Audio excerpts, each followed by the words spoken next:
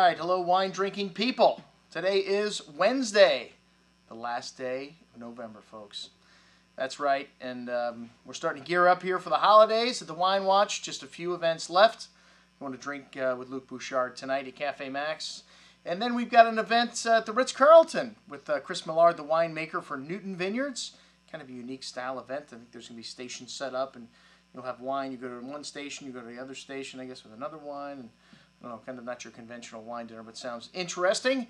And then Friday night, we've got our vintage port tasting. We got a couple of the old dogs right here that we're going to be taking down, and that's what I'm going to try to sell you today. We still have a few seats left, along with, we've got an offering of some amazing dessert wines. You know, I'm a dessert wine nut.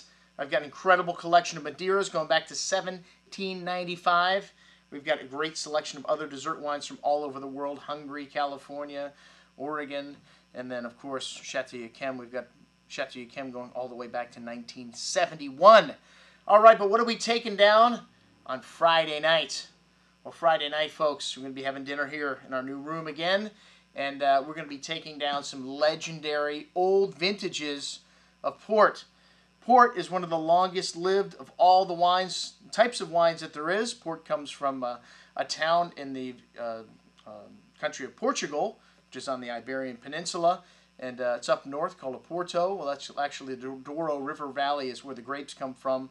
But all the houses have their production facilities there at the end of the Douro Valley, and I've got the chance to visit there many, many years ago, and it was kind of interesting to go and see the 100-gallon pipes that they use to age the ports. That's what they call them, pipes. It's not something you smoke out of, but they're 100 gallons, and they're very old wood. They don't use new wood in Oporto, and the ports that we're going to be having tonight are vintage ports. There's a couple different kind of ports. Vintage ports are kept in wood for 2 years, these 100-gallon pipes, and then after that 2 years, it's decided whether or not the vintage is good enough to be determined as vintage. This is a tiny production. Tiny amount of the total production actually goes into making vintage port. They're bottled 2 years after the vintage, and then they're kept in bottles for several years before release, and then we have some going all the way back. Where's our Martinez, our old dog here? We made that label ourselves, but that is actually a 1934 vintage port, and some of them last very long from great old vintages.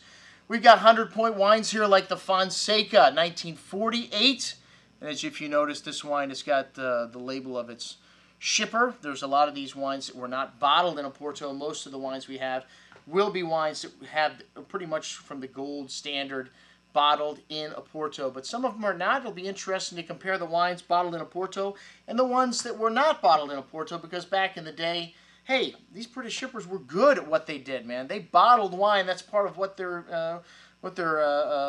did. All right, well, check it out. The entire lineup is up there along with our menu. We got a 4-course menu. We're doing a little sous vide duck breast, of course, with a cherry port reduction sauce. And one of my favorite things I've ever had with vintage port, charred New York steak. The char goes wonderful with that port. And check it out. I'm your host, Andrew Lamposone, signing off for the Wine Watch, saying remember, always drink the good stuff first.